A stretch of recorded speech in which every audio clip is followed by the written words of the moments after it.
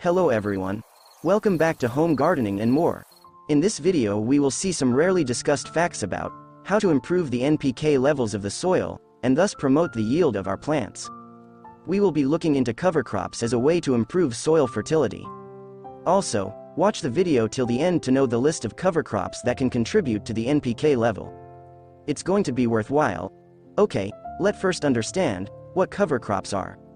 Cover crops are plants that are grown primarily to protect and enrich the soil rather than for harvest. Here are the top 5 benefits of using cover crops. Benefit number 1. Soil health. Cover crops help prevent soil erosion by providing a protective cover over the soil, reducing the impact of rain and wind.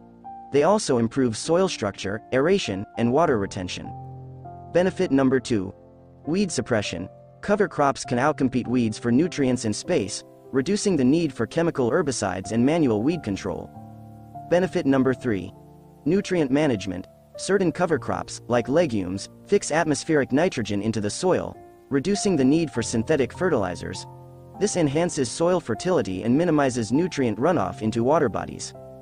Benefit number 4. Pest control. Some cover crops release natural compounds that repel pests or attract beneficial insects, reducing the need for chemical pesticides. Benefit number 5. Biodiversity. Planting diverse cover crops increases the variety of organisms in the soil, promoting a healthier ecosystem and enhancing the overall resilience of the agricultural system. Utilizing cover crops in farming systems can lead to sustainable and more environmentally friendly agricultural practices. Now let's see how cover crops contribute to soil fertility in terms of phosphorus, nitrogen, and potassium. First, improving nitrogen levels. Cover crops can be an excellent way to improve soil nitrogen levels naturally. Leguminous cover crops like clover, vetch, and alfalfa have nitrogen-fixing properties, which means they have a symbiotic relationship with certain bacteria that allows them to convert atmospheric nitrogen into a form plants can use. When these crops are incorporated into the soil, they release nitrogen, enriching it for future plant growth. Next, we will see how cover crops increase phosphorus levels. To enhance phosphorus levels, try plants like buckwheat or winter rye. Oats, cereal rye, barley, triticale, and annual ryegrass make phosphorus available for plants. If your phosphorus soil test values are low, buckwheat tends to raise phosphorus soil test levels.